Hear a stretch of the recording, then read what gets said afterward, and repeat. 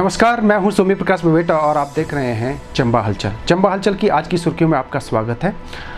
आज की हमारी सबसे बड़ी सुर्खी राज्य सरकार से जुड़ी है। राज्य सरकार ने आज शुक्रवार को एक महत्वपूर्ण बैठक की है और इसके अलावा आज वीडियो कॉन्फ्रेंस भी की है। मुख्यमंत्री जयराम ठाकुर ने सभी हिमाचल के जिलाधीशों और पुलिस अधीक्षकों के साथ साथ मुख्य चिकित्सा अधिकारियों के साथ वीडियो कॉन्फ्रेंसिंग के जरिए निर्देश दिए हैं कि जो बाहर के लोग आ रहे हैं उन पर अब कड़ी नज़र रखनी होगी, क्योंकि जो बाहर के लोग आ रहे हैं यानी हिमाचल के जो लोग बाहर फंसे हुए थे, अलग अलग स्टेट में फंसे थे, अब वो घर आ रहे हैं तो कोरोना जो वायरस से संबंधित मरीज आने शुरू हो गए हैं।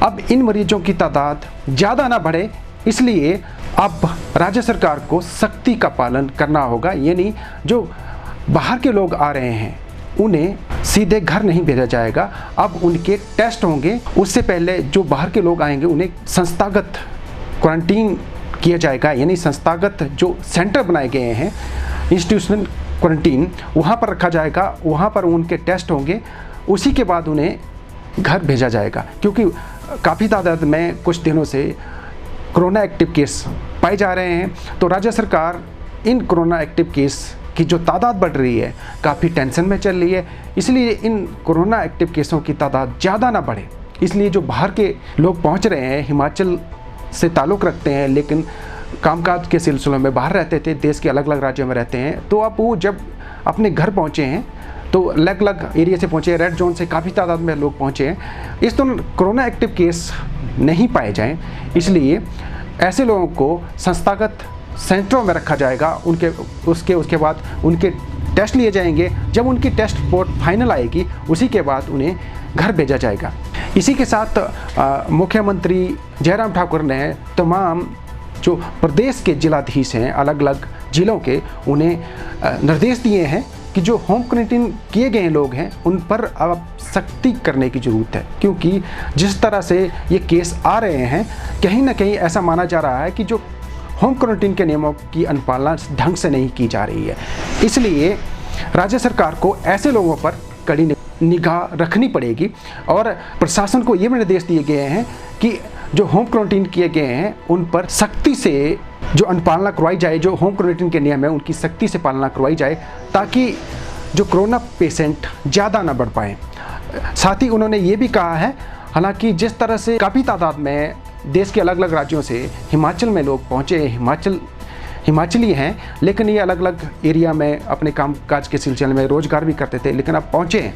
लेकिन हमें बहुत ऐसा लग रहा था कि बहुत तादाद में मरीज़ निकलने वाले हैं, लेकिन उतने मरीज़ नहीं निकले हैं। लेकिन अभी जब बाहर से लोग आ रहे हैं, अब उनका टेस्ट हो रहे हैं, तो मरीज़ इतने निकलना तो स्वाभाविक है। लेकिन उन्होंने ये भी कहा कि राज्य सरकार जो कोरोना पेशेंट आ रहे हैं उनके इलाज के लिए हर संभव प्रयास कर रहे हैं। और उन्होंने ये भी कहा कि कोविड केयर सेंटर, कोविड अस्पताल बनाए गए हैं जो कोरोना एक्टिव केस पाए जा रहे हैं। प्यारे हिमाचल वासियों, नमस्कार। हिमाचल प्रदेश में पिछले दिन कोरोना वायरस के मामलों की संख्या बहुत बढ़ी है, लेकिन मैं ये ज़रूर कहना चाहता हूँ, हिमाचल के साथ साथ में पूरे देश भर में पिछले कल कोरोना वायरस के मामलों में रिकॉर्ड बढ़ोतरी हुई है। स्वाभाविक रूप से जब मामले बढ़ते हैं तो हम सब लोगों की चिंता बढ़ती है। हमने इस सारे विषय को लेकर के सभी अधिकारियों के साथ बातचीत की है। आज सुबह हमारी बैठक हुई है। अगर हिमाचल प्रदेश में मामलों में और बढ़ोतरी होती है तो उससे निपटने के लिए भी हमारी तैयारियां पूरी तरह से हैं। इसमें आपको बहुत चिंता करने की आवश्यकता नहीं। मैं इतना ज़रूर कहना चाहता हूं कि जो अभी हाल ही में जो लोग आ रहे हैं वो ऐसे क्षेत्र से आ रहे हैं, ऐसे इलाके से, ऐसे प्रदेशों से आ रहे हैं जहां कोरोना वायरस के मामले बहुत तेज़ी से बढ़े हैं और स्वाभाविक रूप से संक्रमित होकर के उनमें से कुछ हिमाचल प्रदेश में भी वो लोग पहुंचे हैं। हमने आज सभी डिप्टी कमिश्नर्स और सभी एसपी के साथ वीडियो कॉन्फ्रेंस के साथ विस्तार से चर्चा की है, बातचीत की है तैयारियों के सिलसिले में। और उसके साथ साथ में हमने ये भी आदेश दिए हैं कि जितने भी लोग हिमाचल प्रदेश में दूसरे प्रदेशों से आ रहे हैं उनको जब स्टेशन पर रिसीव किया जाता है तो पूरी सावधानियों के साथ वो काम किया जाए। हम चाहते हैं कि कोई भी हमारा कोरोना वॉरियर चाहे वो डॉक्टर है, चाहे पैरामेडिकल स्टाफ है, चाहे हमारा सफाई कर्मचारी है, चाहे हमारा पुलिस कर्मचारी है, कोई भी उस संक्रमण का शिकार नहीं होना चाहिए। ऐसी परिस्थिति में जो भी व्यवस्था करने की आवश्यकता है उस व्यवस्था को करने के लिए सभी अधिकारियों को आदेश दिए हैं। और मैं इस बात को जरूर कहना चाहता हूं कि आने वाले समय में हो सकता है कुछ बढ़ोतरी और ज़्यादा हो, लेकिन फिर भी चिंता करने की आवश्यकता नहीं, क्योंकि ये लोग सीधे हम गांव में नहीं भेज रहे हैं। इन लोगों को इंस्टीट्यूशनल क्वारंटीन की सुविधा में हम कुछ दिन तक रखेंगे। जब इनका टेस्ट हो जाएगा, टेस्ट होने के बाद जब हम आश्वस्त हो जाएंगे कि इनको कोरोना का वायरस नहीं है, ऐसी सूरत में ही उनको अपने अपने गांव जाने की अनुमति होगी। दूसरी तरफ से मैं आप सबसे भी इस बात के लिए निवेदन करना चाहूँगा कि एहतियात और जो परहेज, जो बातें हमने आपके साथ पहले भी की हैं, उन बातों पर ध्यान रखें। मेरा उन सभी भाई बहनों से, उन बच्चों से जो हिमाचल प्रदेश में इस संकट के दौर में दूसरे प्रदेशों से आ रहे हैं, अपने घर पहुंचने की उनकी बहुत इच्छा होगी स्वाभाविक रूप से। मैं उनसे निवेदन करना चाहूँगा कि वो भी हिमाचल प्रदेश में आने के पश्चात तमाम जो सारी बातें जो आवश्यक हैं कोरोना वायरस से सावधानियों की दृष्टि से, उनका पालन करें। अगर आपको प्रशासन इस बात के लिए आग्रह करता है कि आपको इंस्टीट्यूशनल क्वारंटीन में होना पड़ेगा, आपका टेस्ट 2 दिन या 5 दिन के बाद होगा, उसका इंतज़ार करें। मैं इस बात से सहमत हूं कि थोड़ी परेशानी आपको ज़रूर होगी, क्योंकि जिस प्रकार की सुविधा आपको घर में मिलेगी, जिस प्रकार की सुविधा में शायद आप पहले थे, उस प्रकार की सुविधा में आप वर्तमान में उस स्थिति में नहीं हो पाएंगे। अगर हम क्वारंटीन की बात करते हैं तो ऐसी सूरत में थोड़ा वक्त आपको परेशानी ज़रूर होगी, लेकिन वो परेशानी आपको संक्रमण से रोकने में मददगार होगी और आपके परिवार को भी और समाज को भी। और हमारा लक्ष्य है कि हिमाचल प्रदेश में हिमाचल का निवासी आने के बाद स्वस्थ होकर के रहे। ऐसी परिस्थिति में मेरा विनम्र निवेदन फिर से आप सबसे है कि आप आए हैं हिमाचल प्रदेश, आपको ऐसे संकट के दौर में हिमाचल प्रदेश सरकार की ओर से लाने के जो प्रयत्न किया है, उस प्रयत्न को ध्यान में रखते हुए हिमाचल प्रदेश के लोगों के लिए भी आप सहयोग दें, ताकि कोरोना वायरस को हम रोक सकें। उस दृष्टि से जो परहेज और सावधानियां बताई गई हैं, उनका आप पालन करें। हिमाचल प्रदेश में जो कोरोना वॉरियर जो इस संकट के दौर में बहुत महत्वपूर्ण भूमिका निभा रहे हैं, उन सब का आभार व्यक्त करता हूं, जो अपने जीवन को भी संकट में डाल करके इन लोगों की जीवन की रक्षा करने के लिए काम कर रहे हैं। चाहे वो डॉक्टर्स हैं, चाहे पैरामेडिकल स्टाफ हैं, चाहे सफाई कर्मचारी हैं, चाहे पुलिस कर्मचारी हैं, चाहे हमारे एम्बुलेंस के ड्राइवर्स हैं, उन सब का भी आभार व्यक्त करता हूं। और ख़ास तौर से मैं उनका भी आभार व्यक्त करता हूं जो हमारी बसें के ड्राइवर्स हैं। इन बच्चों को, इन लोगों को लाने ले जाने में जो है मदद कर रही हैं, उनका भी मैं आभार व्यक्त करता हूं, क्योंकि आप सबके सहयोग से ही हम आगे बढ़ सकते हैं, हम इस लड़ाई को लड़ कर के जीत सकते हैं। इसके लिए आप सबका बहुत बहुत आभार, धन्यवाद, नमस्कार, जय हिंद। हमारी अगली सुर्खी 7 और 14 मार्च को विज्ञापित पदों से जुड़ी है। राज्य लोक सेवा आयोग ने ऐसे पद जो 7 और 14 मार्च को विज्ञापित किए गए थे, उन पदों के लिए यानी कि आवेदन करने की तिथि 1 जून तक बढ़ा दी है, क्योंकि लॉकडाउन की अवधि के दौरान इसकी जो अंतिम तिथि थी आवेदन करने की, वो ख़त्म हो चुकी थी। लेकिन अब लॉकडाउन चूँकि लंबा खिंचने वाला है, लेकिन चूँकि अब जो पद विज्ञापित हो चुके हैं, उनकी आवेदन की तिथि बढ़ाने का फैसला राज्य लोक सेवा आयोग की ओर से लिया गया है। इस संदर्भ में राज्य लोक सेवा आयोग के चेयरमैन ने पुष्टि करते हुए बताया कि अब जो 7 और 14 मार्च को विज्ञापित पद थे, अलग अलग पद थे, उन्हें भरने के लिए आवेदन की प्रक्रिया 1 जून तक बढ़ा दी गई है। यानी 1 जून 2020 तक जो आवेदक हैं आवेदन कर सकते हैं। हमारी अगली सुर्खी बोर्ड की परीक्षा से जुड़ी है। हमने यहाँ पर यह स्पष्ट किया था, हिमाचल स्कूल शिक्षा बोर्ड की ओर से आयोजित की जाने वाली परीक्षा का जो परिणाम है वो जून महीने में निकलने वाला है। जैसा कि हमने स्पष्ट किया था कि जो 10वीं की परीक्षा का परिणाम है वो पहले सप्ताह घोषित होगा, जबकि +2 की जो परीक्षा का परिणाम है वो जून माह के 2nd या 3rd सप्ताह में घोषित किया जा सकता है। और इस दौरान ये भी स्पष्ट किया गया था कि कुछ जो परीक्षाएं जो बची हैं, कुछ पेपर की परीक्षाएं होनी थी, उनमें से कुछ पेपर लिए जाने थे। अब यहाँ पर हम यहाँ स्पष्ट करना चाहते हैं कि अब सिर्फ एक विषय की परीक्षा होनी है, यानी भूगोल विषय का पेपर होना है, जबकि जो वोकेशनल पेपर थे और इसके अलावा कंप्यूटर साइंस का पेपर था वो रद्द कर दिए गए हैं। अब सिर्फ भूगोल की परीक्षा ही योजित की जाएगी।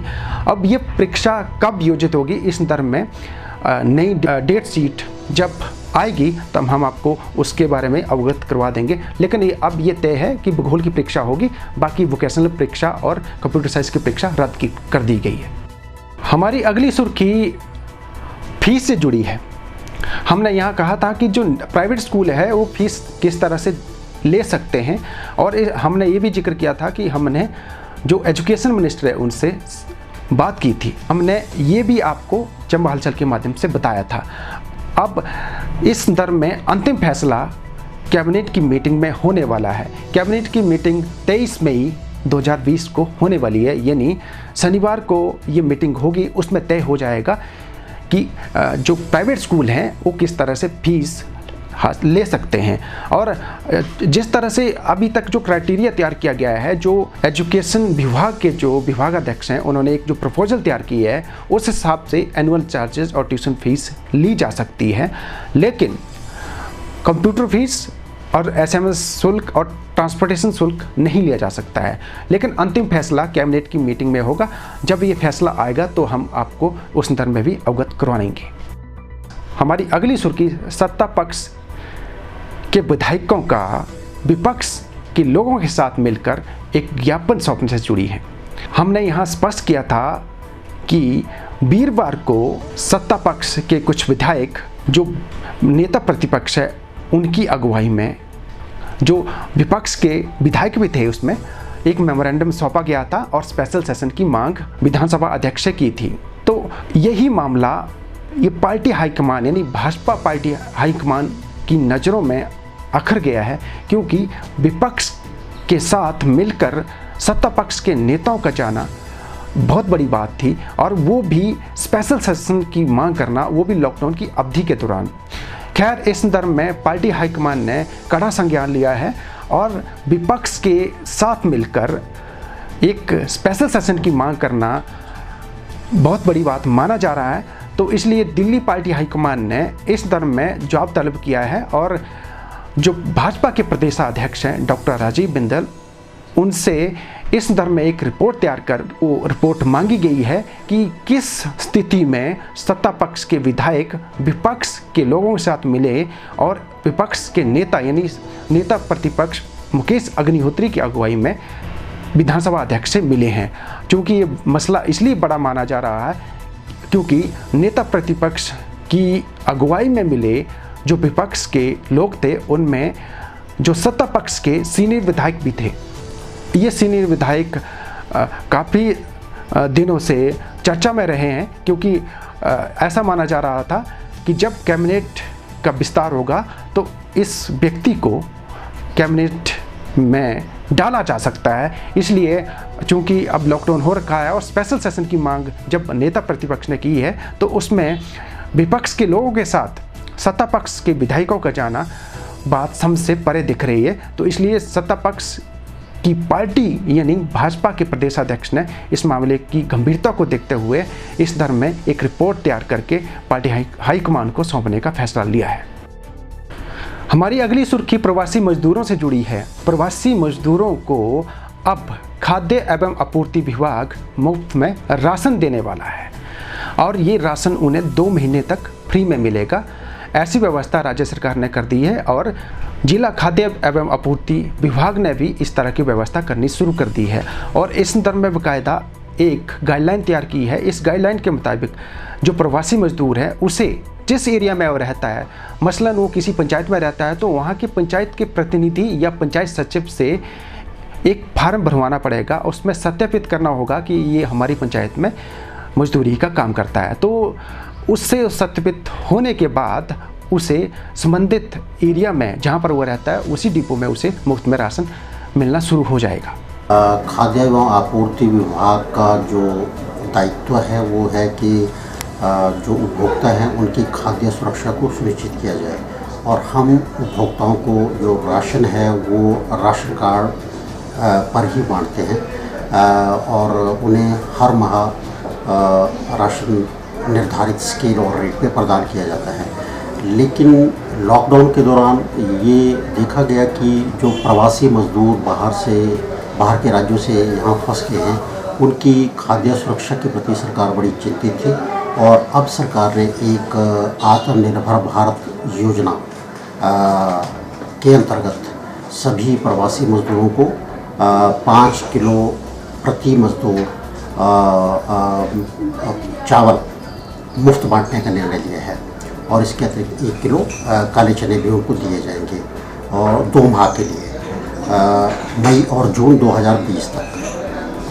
जिला चंबा के लिए इस योजना के अंतर्गत 1440 क्विंटल चावल का आवंटन किया गया है और हमने इसका वितरण भी आरंभ कर दिया है।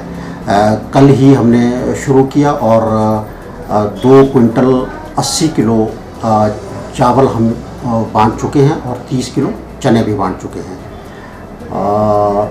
बाकी अब सवाल ये उठता है कि इसके अंतर्गत आवेदन कैसे दिया जाए। तो इसके लिए सरकार ने एक प्रपत्र निर्धारित किया है और उसमें प्रवासी मजदूर को अपना पता और अपना आधार नंबर और अपने फैमिली मेम्बर्स की डिटेल देनी होगी और वो जो है वो उसको अटेस्ट करवाना होगा, वेरीफाई करवाना होगा ग्राम पंचायत के प्रतिनिधियों से या पार्षद से या किसी राजपत्रित अधिकारी से और वो उसको फॉर्म जो उसकी नियरेस्ट जो उचित मूल्य की दुकान है वहाँ उसको सबमिट करवाना होगा और वहाँ से उसको ये उसकी एंटाइटलमेंट मिल जाएगी, जैसे 5 किलो चावल प्रति व्यक्ति।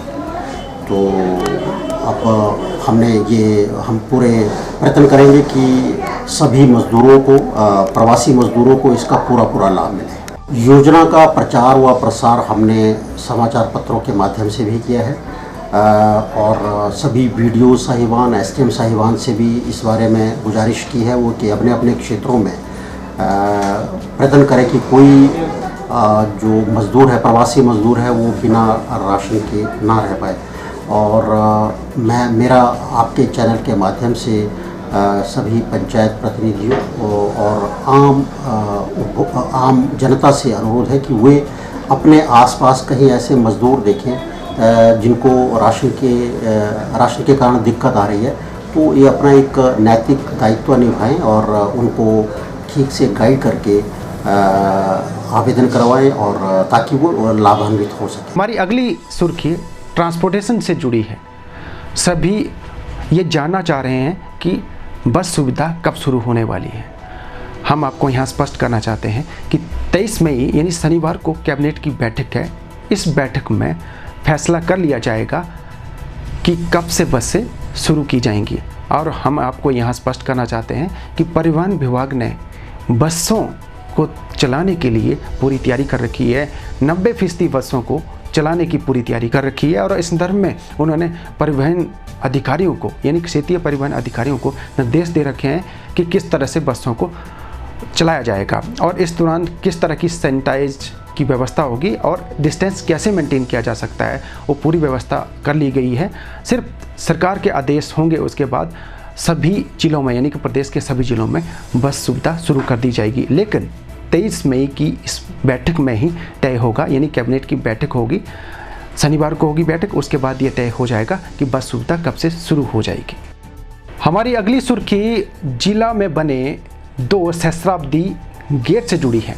मैं आपको यहाँ स्पष्ट करना चाहता हूँ, ये गेट सहस्राब्दी यानी चंबा नगर के 1000 पूरे होने के उपलक्ष्य में ये बनाए गए थे और जिला मुख्यालय में ये 2 अलग अलग जगह पर बनाए गए थे। एक बहुत बड़ा गेट था जो मिलेनियम गेट के तौर पर मशहूर है। जिला मुख्यालय यानी जो चौगान के साथ एंट्री पॉइंट पर बना है सहस्त्राब्दी मिलेनियम गेट जिसे संज्ञा दी जाती है। लेकिन जो 2 गेट बने थे, एक ब्रह्मोर चौक के पास बना था और एक जो हॉस्पिटल लाइन है, मतलब जो मेडिकल कॉलेज का अस्पताल है, उस गेट के परिसर के साथ बिल्कुल एक गेट लगता है और एक जो ब्रह्मोर चौक है उसके साथ लगता है। दोनों ही गेट की हालत खस्ता है। मैं आपको यहाँ इसलिए यहाँ पर जिक्र करना ज़रूरी था। दोनों की खस्ता हालत ऐसी है कि यदि कभी तूफान आया तो यदि वो किसी पे गिरता है तो उसका बचना मुश्किल है। और जब ऐसे भी जब तेज़ हवा चलती है तो वो गेट हिलते दिखते हैं। हालांकि इस धर्म में कई बार लोगों ने मांग भी की है और जो टैक्सी चालक हैं वो कई बार इस समस्या के धर्म में प्रशासन से मिल चुके हैं, लेकिन अभी तक उसका कोई समाधान नहीं मिल पाया है। लोग कहते हैं कि या तो इन गेटों को हटा दिया जाए या तो इन गेटों की मरम्मत की जाए, क्योंकि यदि अब बरसात का मौसम आने वाला है और हवा भी चलती है, अब तेज़ हवा चलती है, यदि ये किसी के ऊपर गिरेगा तो बहुत नुकसान करने वाला, और इसका जो वेट है बहुत ज़्यादा, यानी बहुत वजन है इन दोनों गेट का। इसलिए इन गेटों से कोई नुकसान ना हो, इसलिए इनकी समय पर मरम्मत होनी चाहिए। यदि मरम्मत नहीं की जा सकती तो इन दोनों ही गेट को हटा दिया जाए तो बेहतर होगा, अन्यथा जब नुकसान होगा तो बहुत नुकसान होगा, इसके बाद पछताने के अलावा कुछ नहीं बचेगा। इसलिए पछतावा ना करना पड़े किसी को, इसलिए प्रशासन को इन दोनों गेट की सुध लेनी पड़ेगी। और ये जो खबर है ये बार बार निवेदन किया लोगों ने, जो टैक्सी चालक है, क्योंकि वो रोज़ाना उस गेट से गुजरते हैं और कई बार जब गलती से उससे हाथ लगता है गेटों से तो वो हिलना शुरू हो जाते हैं। आप समझ सकते हैं कि लोहे के बड़े बड़े गेट हैं, अगर ज़रा सा हाथ लगता है तो किलना हिलते हैं, और जब एकदम हवा का झोंका आएगा और वो गिरेंगे तो उसके नीचे दबने से किस तरह का नुकसान हो सकता है आप समझ सकते हैं। इसलिए प्रशासन से हमारी यही गुजारिश है कि दोनों गेट की इनकी मरम्मत समय रहते होनी चाहिए। हमारी अगली सुर्खी कोरोना अपडेट से जुड़ी है। हमारे चंबा जिला से वीरवार को जो सैंपल की रिपोर्ट आनी थी वो देर रात तक नहीं मिल पाई थी। अब वो रिपोर्ट आज शुक्रवार को आई है, यानी 270 सैंपल की रिपोर्ट का वेट किया जा रहा था। ये सैंपल बुधवार को कलेक्ट करके जांच को भेजे गए थे। हम देर रात यानी वीरवार को इस सैंपल की रिपोर्ट का इंतज़ार करते रहे, लेकिन इस रिपोर्ट का इंतज़ार शुक्रवार को ख़त्म हुआ।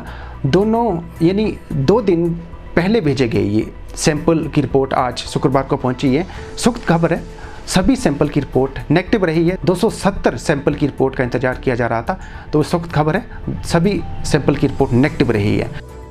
तो ये थी हमारी आज की सुर्खियाँ। कल फिर से सुर्खियाँ लेके आएंगे, तब तक के लिए धन्यवाद।